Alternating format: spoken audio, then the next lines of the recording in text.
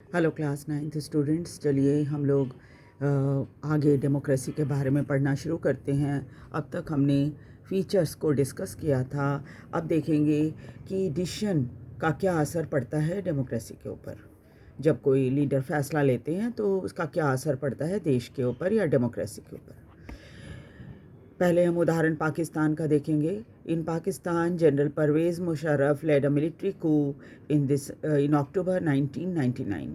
पाकिस्तान में जनरल परवेज़ मुशर्रफ ने एक मिलिट्री कू यानी कि मिलिट्री द्वारा सत्ता हथिया लिया 1999 में। He overthrew a democratically elected government and declared himself the chief executive of the country. और उन्होंने प्रजातांत्रिक तरीके से चुनी हुई सरकार को हटा दिया और अपने आप को चीफ एग्जीक्यूटिव के नाम पर देश को चलाने का काम, अपने सत्ता को आप कह सकते हैं, अपने हाथ में ले लिया। Later he change his designation to president. उसके बाद उन्होंने अपनी पद का नाम बदल दिया और अपने आप को राष्ट्रपति कहने लग गए। इन 2002 held a referendum in the country that granted him a 5-year extension. उसके बाद क्या हुआ, 2002 में एक रेफरेंडम हुआ। रेफरेंडम भी एक तरह की वोटिंग ही होती है, बट क्या होता है, वोटिंग में सिर्फ सबसे हाँ या ना में जवाब देने के लिए कहा जाता है। यानी कि पाकिस्तान में ये पूछा गया होगा कि क्या जनरल परवेज़ मुशर्रफ को राष्ट्रपति का पद पर रहने के लिए 5 साल और बढ़ा दिया जाए, तो हाँ या ना में जवाब देना था। तो इसी तरह का रेफरेंडम इसी को कहते हैं कि हाँ या ना में जवाब दो। तो 2002 में इस तरह का एक रेफरेंडम पाकिस्तान में हुआ और उसके बाद उनको 5 साल का एक्सटेंशन यानी 5 साल और शासन करने का मौका मिल गया। Pakistani media, human rights organisation and democracy activists said that the referendum was based on malpractices and fraud।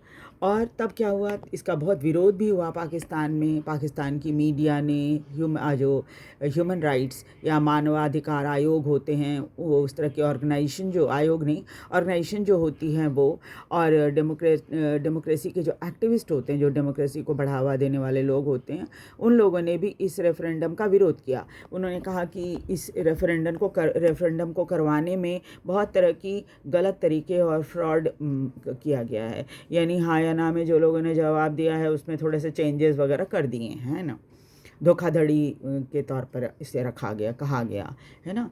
In August 2002 he issued a legal framework order that amended the constitution in Pakistan. उसके बाद अगस्त 2002 में उन्होंने लीगल फ्रेमवर्क ऑर्डर एक पास किया जिसमें संविधान में बदलाव कर दिया गया था, पाकिस्तान के संविधान में। According to this order the president can dismiss the national and provincial assembly. इस अधिकार में राष्ट्रपति को ये जो कानून बनाया गया, इसमें राष्ट्रपति को ये अधिकार मिल गया कि वो नेशनल और प्रोविंशियल असेंबली को डिसमिस कर दें, यानी हटा दें, ख़त्म कर दें।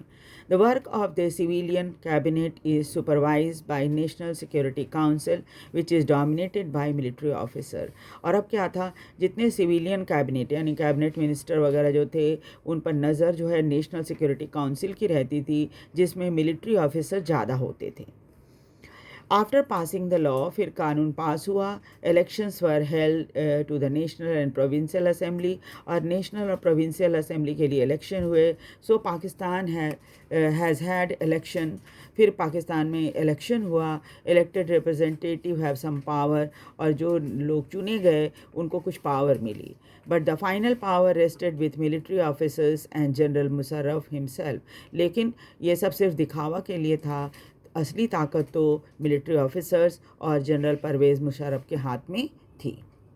Clearly there are many reasons why Pakistan under general Musharraf should not be called democracy. तो ये बात तो साफ तौर पे समझ में आ रही है। हमारे पास बहुत सारे रीज़न हैं ये कहने के लिए कि पाकिस्तान जो जनरल परवेज़ मुशर्रफ के हाथ में है, उसको हम डेमोक्रेसी नहीं कह सकते। But let us focus on one of these. उसमें से एक पर हम फोकस कर सकते हैं, वो क्या है, can we say that the rulers are elected by the people in Pakistan. क्या आप कह सकते हैं कि जो रूलर हैं पाकिस्तान के, उनको जनता ने चुना है? नॉट क्वाइट, ऐसा लगता तो नहीं है। People may have elected their representative to the national and provincial assembly. जनता ने रिप्रेजेंटेटिव तो चुन लिया नेशनल और प्रोविंशियल असेंबली के लिए, but those elected representative were not really the rulers. लेकिन क्या था, ताकत तो उनके हाथ में थी नहीं, सारा ताकत तो परवेज़ मुशर्रफ और मिलिट्री के जो लोग थे उनके हाथ में थी। They cannot take the final decision, ताकत उनके पास नहीं होने के कारण वो आखिरी फैसला तो नहीं ले सकते थे। The power to take final decision rested with army official and with general Pervez Musharraf, और सारी ताकत जो थी फाइनल डिसीजन लेने की वो आर्मी ऑफिशियल्स के पास थी और नहीं तो फिर परवेज़ मुशर्रफ के साथ पास थी। And none of them were elected by people, और इन सब का चुनाव जनता ने किया नहीं था।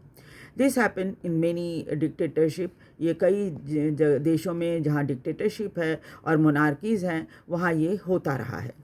दे formally have an elected parliament, उनके पास दिखाने के लिए तो वो एक पार्लियामेंट में इलेक्टेड रिप्रेजेंटेटिव को रखते हैं, इलेक्शन भी कराते हैं, एंड द गवर्नमेंट सरकार में भी रखते हैं उनको। But the real power is with those who are not elected, लेकिन असली पावर जो है इन डिक्टेटर्स के हाथ में होती है, नहीं तो मोनार्क यानी राजाओं के पास होती है। In few countries, the real power was with some external power and not with the locally elected representative. कुछ देशों में पावर जो है वो बाहरी लोगों के हाथ में होती है और उन लोगों के हाथ में नहीं होती जिनको जनता ने चुना है। This cannot be called people's rule, तो इसको हम पीपल्स रूल या जनता का शासन नहीं कह सकते। This gives us first feature in democracy, the final decision making power must rest with those elected by the people. तो क्या हुआ, डेमोक्रेसी का जो सिद्धांत है उसमें साफ तौर पे ये कहा गया है कि फाइनल डिसीजन मेकिंग पावर जो होती है वो हमेशा ही जनता के द्वारा चुने गए नेताओं के हाथ में होनी चाहिए। तो एक तो हमने देख लिया कि ये जो है बेसिक फीचर हैं डेमोक्रेसी के। फिर हम देखेंगे free and fair electoral competition. एक दूसरे देश की एग्जाम्पल देखकर हम ये बात समझने की कोशिश करेंगे। In China elections are regularly held after every 5 years for electing the country's parliament called Quanguo Renmin Daibiao Dahui National People's Congress. ये तो बहुत टेढ़ा मेढ़ा नाम है ना, हम इसको नेशनल पीपल्स कांग्रेस ही कहेंगे, आसान रहेगा हमारे लिए बोलना। ये चाइनीज़ भाषा में है, उनका पार्लियामेंट का नाम है। तो खैर जो भी हो, जो चाइना में इलेक्शन जो है वो नियमित रूप से हर 5 साल में होते हैं और कंट्री के रिप्रेजेंटेटिव इससे चुने जाते हैं नेशनल पीपल्स ऑफ कांग्रेस के लिए। The National People's Congress has the power to appoint the president of the country, और नेशनल पीपल्स कांग्रेस के हाथ में पावर होती है कि वो प्रेसिडेंट का चुनाव करें, देश का प्रेसिडेंट चुनें। It has nearly 3,000 member elected from all over China, और इसमें करीब 3,000 मेंबर होते हैं, पूरे चाइना से चुने जाते हैं सभी मेंबर रिप्रेजेंटेटिव जो होते हैं वो। सब members are elected by the army, कुछ मेंबर्स को आर्मी भी इलेक्ट करती है, चुनती है।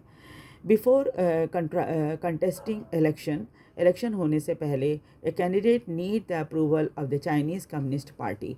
जो कैंडिडेट इलेक्शन में खड़ा होना चाहता है पहले उसको चाइनीज़ कम्युनिस्ट पार्टी से परमिशन मांगनी होती है, अप्रूवल मांगना होता है।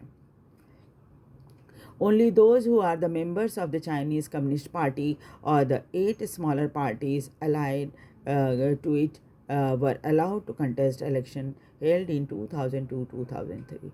चाइना में सिर्फ उन्हीं लोगों को, जो लोग चाइनीज़ कम्युनिस्ट पार्टी के मेंबर थे या फिर 8 ऐसी छोटी पार्टियां जो कि चाइनीज़ कम्युनिस्ट पार्टी के साथ जुड़ी हुई थी, सिर्फ उन्हीं लोग को इलेक्शन कंटेस्ट करने का 2002-2003 में मौका दिया गया था। The government is always formed by the communist party, लेकिन सरकार हर हालत में कम्युनिस्ट पार्टी की ही बनेगी। सिंस द इंडिपेंडेंस इन 1930, जब से स्वतंत्र हुआ है 1930 में China, Mexico hold election after every 6 years to elect the president. अब ये तक तो हमने चाइना की कहानी पढ़ी थी, अब मेक्सिको की कहानी हम पढ़ रहे हैं। तो हर 6 साल में यहाँ पर प्रेसिडेंट का चुनाव होता है।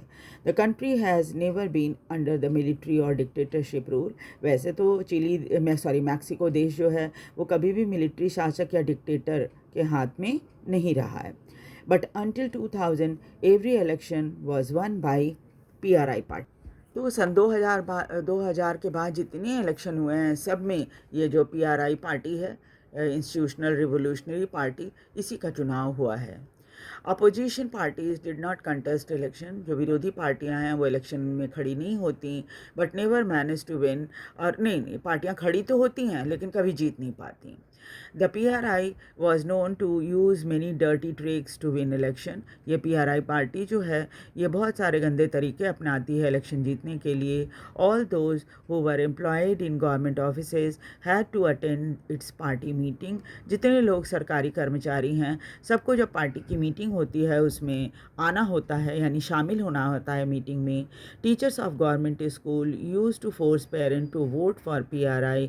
Media largely ignored the activities of the opposition political parties except to criticize them। और टीचर जो होते हैं स्कूल में, सरकारी स्कूल में पढ़ाने वाले, उनको पेरेंट को ये चीज़, इस चीज़ के लिए वो फोर्स करते हैं कि वो PRI पार्टी को वोट देंगे और PRI पार्टी को ही वोट दें, है ना। और मीडिया जो है वो भी क्या करती है, जो अपोजिशन पार्टी की एक्टिविटी होती है उसको इग्नोर करती है और हमेशा उनको क्रिटिसाइज या उनकी आलोचना भी करती है। Some time the polling booths were shifted from one place to another in the last minute. कई बार क्या होता है, पोलिंग बूथ भी तुरंत अचानक बिना किसी इंफॉर्मेशन के दूसरी जगह पर हटा दिया जाता है, which made it difficult for people to cast their vote. इससे क्या होता है, बहुत सारे लोग वोट ही नहीं डाल पाते, उन्हें पता ही नहीं चलता कहाँ जाऊँ वोट देने के लिए। The PRI party has spent a large sum of money in the campaign for its candidate। और ये PRI पार्टी अपने जो जितने लीड कैंडिडेट्स होते हैं उनके लिए उनकी मतलब प्रचार करने के लिए बहुत पैसा खर्च करती है। Should we consider the elections described above as an example of people electing their ruler? तो क्या आप इन दोनों उदाहरण को, यानी चाइना का उदाहरण और ये मैक्सिको का उदाहरण पढ़ने के बाद क्या आपको लगता है कि यहाँ पर प्रजातांत्रिक तरीके से इलेक्शन हो रहे हैं जिसमें जनता अपने नेता को चुन रही है? Reading these example we get a sense that we cannot. इन एग्जाम्पल को पढ़ने के बाद हम कह सकते हैं कि नहीं, बिल्कुल ही नहीं, ऐसा नहीं हो सकता कि ये फ्री एंड फेयर इलेक्शन है। There are many problem here. यहाँ पर बहुत सारी परेशानियाँ हैं। In China the election do not offer the people any serious choice. China में तो लोगों के सामने कोई चॉइस ही नहीं होती। They have to choose their ruling party. अपनी रूलिंग पार्टी को चूज़ करना पड़ता है and the candidate approve by it. और जो लोग कैंडिडेट को अप्रूव करते हैं ये कम्युनिस्ट पार्टी, सिर्फ उन्हीं को इलेक्शन में खड़ा किया जाता है। Can be call this choice? तो जनता के पास कोई चॉइस ही नहीं होती सिवाय कम्युनिस्ट पार्टी के जो लोग हैं, लीडर्स हैं, उनको चुनने के। In Mexico example, people seem to really have the choice। Mexico वाले एग्जाम्पल में तो लोग वोट डालने जाते हैं, but in practice this they had no choice. Practice में कहिए तो कोई उनके पास चॉइस नहीं होती है, हर बार उनको PRI पार्टी को ही वोट देना होता है। There are no other way the ruling party could be defeated. इस तरह से अगर गंदे तरीके अपनाए जाएंगे इलेक्शन जीतने के लिए तो ये बात तो मानी हुई है कि रूलिंग पार्टी कभी भी नहीं हारेगी इलेक्शन में, even if people were against it, चाहे जनता इसके विरुद्ध क्यों न हो जाए। These are not fair election. इस तरह के इलेक्शन को हम फेयर इलेक्शन नहीं कहेंगे। We can thus add a second feature to our understanding of democracy। तो डेमोक्रेसी में एक और फीचर हम ऐड कर सकते हैं। Holding election of any kind is not sufficient. सिर्फ इलेक्शन करना ही सफिशिएंट नहीं होता। The election must offer a real choice between political alternative. Election में लोगों के सामने एक रियल चॉइस होनी चाहिए कि वो किस को वोट देना चाहते हैं। And it should be possible for people to use these choice to remove the existing rulers. और जनता के पास इतनी पॉसिबिलिटी होनी चाहिए कि वो जो अभी सरकार में हैं उनको वो हटा सकें, नए रूलर्स ला सकें। इफ़ दे विश सो, अगर वो चाहते हैं तो। So a democracy must be based on a free and fair election. इसका मतलब ये है कि डेमोक्रेसी में फ्री एंड फेयर इलेक्शन होना चाहिए, where those currently in power have a fair choice of losing, ताकि जो अभी पार्टी सरकार में है वो हारे भी, है ना, लगातार जीतनी नहीं रहे। We shall find out more about democratic election in chapter 3. Chapter 3 में भी हम लोग डेमोक्रेटिक इलेक्शन के बारे में पढ़ेंगे। तो आगे नेक्स्ट क्लास में हम 1 पर्सन 1 वोट 1 वैल्यू इसको डिस्कस करेंगे। वीडियो को लाइक और सब्सक्राइब ज़रूर कर दीजिए और शेयर भी कीजिए ताकि दूसरे बच्चे भी इसे देख सकें। Thank you very much.